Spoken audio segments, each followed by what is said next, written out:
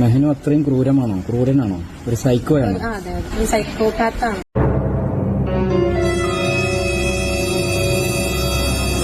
ഇപ്പോ വാർത്തയിൽ നിറഞ്ഞേക്കാണ്. ഈ പത്രക്കാരെ കൂടി ഞാൻ തോറ്റു. ഒളിച്ചോട്ടത്തെ പറ്റിയാണോ? ഒളിച്ചോടി എന്നൊക്കെയാണ് പറഞ്ഞത്. എന്താണ്? അല്ല, ഞാൻ ഒളിച്ചോടിയിട്ടില്ല. ഞാൻ എന്റെ ഫ്ലാറ്റിൽ തന്നെ ഉണ്ട്, ആലുവയില്. ലല്ലുവിനെ പരിചയമുണ്ടല്ലോ. അതും ഇതും പറഞ്ഞ് വെറുതെ എന്നെ വിഷമിപ്പിക്കണ്ട കേട്ടോ. ലല്ലുവിനെ പരിചയം ഇപ്പൊ ഈ ഒരു സാഹചര്യത്തിലും പിന്നെ എന്റെ വണ്ടി ഓടിക്കുന്നത് അവന്റെ ഫ്രണ്ടാണ്. ആ ഒരു സാഹചര്യത്തിലാണ് നമ്മൾ പരിചയപ്പെട്ടത്. എത്ര ലജ്ജാവഹം. തൊക്കെ പഴയ ഗേൾ ഫ്രണ്ട് ഒക്കെ ആയിട്ടുള്ള ഒരുപാട് ന്യൂസ് ഉണ്ട്. അതിലൊക്കെ സത്യമുണ്ട് എന്തേലും? എവിടെ ചെന്നാലും ഒരു വക ആൾക്കാര് എന്തൊക്കെ അറിയണ്ടത്. അവർക്കെതിരെ എന്താ പരാതി കൊടുത്തോ?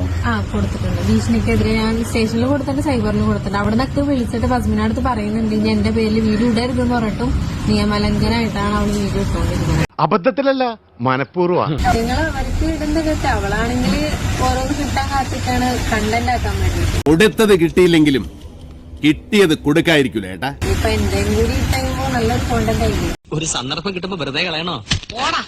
കണ്ടന്റിന് വേണ്ടിയാണ് ഇതൊക്കെ ചെയ്യുന്നത് ആയിരിക്കാം.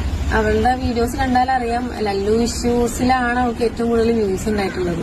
അസൂയാണ് പോലും തിണ്ടി. ആർക്കായാലുണ്ടാവും അസൂയ. അപ്പൊ എന്തെങ്കിലും കൂടി ഇട്ടുമ്പോ ഞാനൊരു ഇൻഫ്ലുവൻസറാണ്. അപ്പൊ രണ്ടാളും കൂടി കൂട്ടിച്ചേർത്ത് കഴിയുമ്പോൾ നല്ല രീതിയിൽ വ്യൂസ് ഉണ്ടാക്കാം. എങ്ങനെ ഇരിക്കണം? മെഹനു അത്രയും ക്രൂരമാണോ, ക്രൂരനാണോ, ഒരു സൈക്കോയാണോ? അതെ അതെ.